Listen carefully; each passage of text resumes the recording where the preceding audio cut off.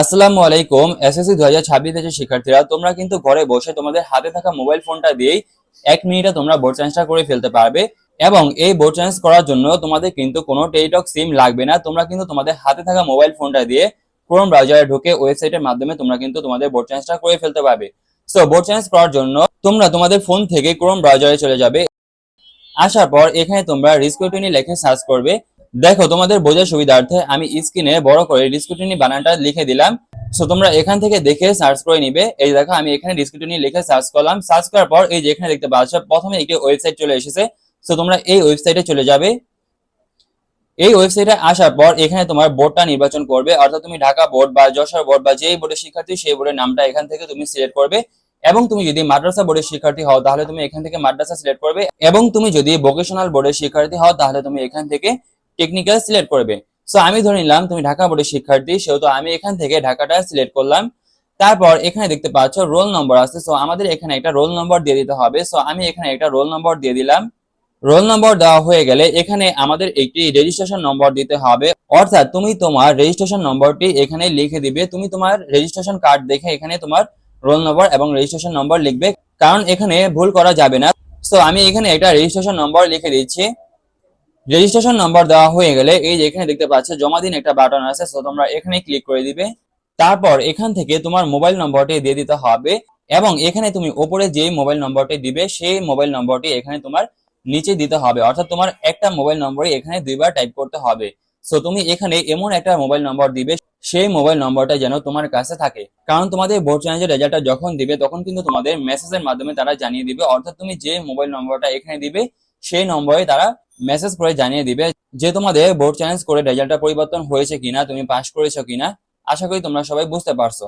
এখন প্রশ্ন থাকতে পারে যে ভাইয়া, আমাদের বোর্ড চেঞ্জের রেজাল্টটা কবে দিবে? তোমাদের বোর্ড চেঞ্জের রেজাল্টটা কিন্তু 1 মাসের মধ্যে দেওয়া হবে, অর্থাৎ 28 থেকে 30 দিন এর ভিতরে কিন্তু তোমাদের বোর্ড চেঞ্জের রেজাল্টটা দেওয়া হয়ে যাবে। সো মোবাইল নম্বরটা দেওয়া হয়ে গেলে এখান থেকে তোমরা জমা দিন বাটনে ক্লিক করে দিবে। দেখতে পাচ্ছ মোবাইল নম্বর সফলভাবে হাল নাগাদ করা হয়েছে, অর্থাৎ আমাদের মোবাইল নম্বরটা সঠিকভাবে দেওয়া হয়েছে। এখন এখানে দেখতে পাচ্ছ তোমার সকল সাবজেক্ট গুলো এখানে শো হচ্ছে, এবং তুমি কোনটায় কোন গ্রেড পেয়েছো সেটা এখানে দেখা যাচ্ছে।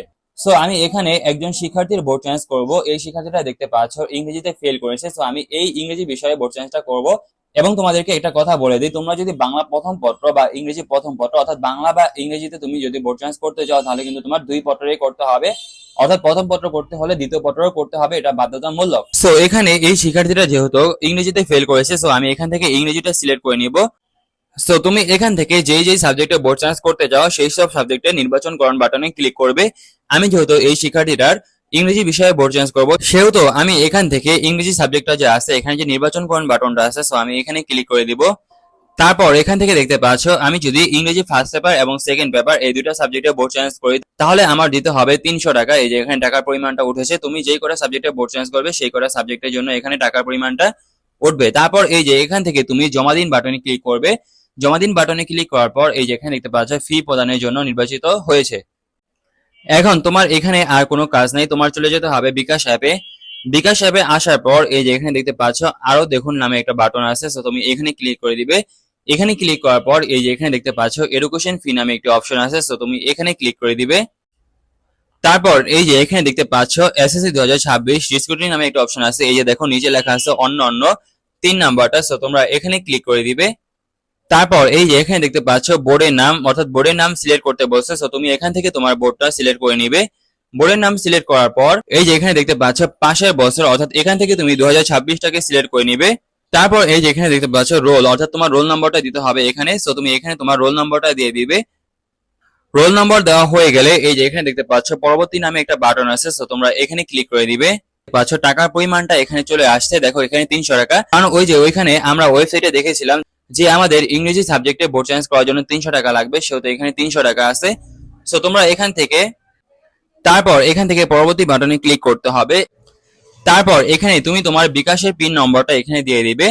দেওয়ার পর এই যে এখানে দেখতে পাচ্ছ পিন কনফার্ম করুন নামে একটা বাটন আছে। সো তুমি এখানে ক্লিক করে দিবে। তারপর এই যে এখানে দেখতে পাচ্ছ এডুকেশন ফি ট্যাপ করে ধরে রাখুন। তারপর এই যে এখানে তুমি ট্যাপ করে ধরে রাখবে, অর্থাৎ এই যে এখানে দেখতে পাচ্ছ বিকাশের একটা পাখির একটা ঈগল পাখির মতো একটা আইকন আছে। সো তুমি এখানে ট্যাপ করে রাখবে, তাহলে এটা ফুল বয়ে যাবে। তারপর দেখতে পাচ্ছ তোমার বোর্ড চেঞ্জটা কিন্তু এখান থেকে হয়ে যাবে। এই যেখানে দেখতে পাচ্ছ, সো তোমরা এখানে একটা স্ক্রিনশট নিয়ে নিবে। নেওয়ার পর এই যে এখান থেকে পরবর্তী বাটনে ক্লিক করে দিবে। তারপর এই যে এখানে দেখতে পাচ্ছ রিসিট নামে একটা ডাউনলোড বাটন আছে, সো তোমরা এখানে ক্লিক করে দিবে।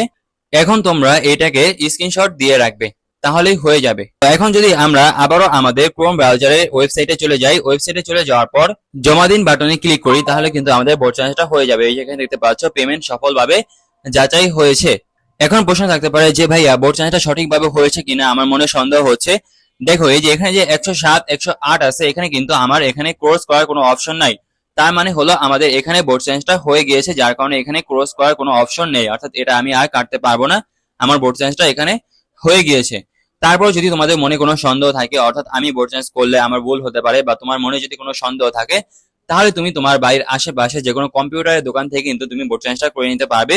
অর্থাৎ তোমাদের বিদ্যালয়ের, অর্থাৎ তোমাদের স্কুলের আশেপাশে কিন্তু ফটোকপির দোকান বা কম্পিউটারের দোকান ছিল, সে সকল দোকানে কিন্তু তোমাদের বোর্ড চ্যালেঞ্জটা তারা করে দিবে।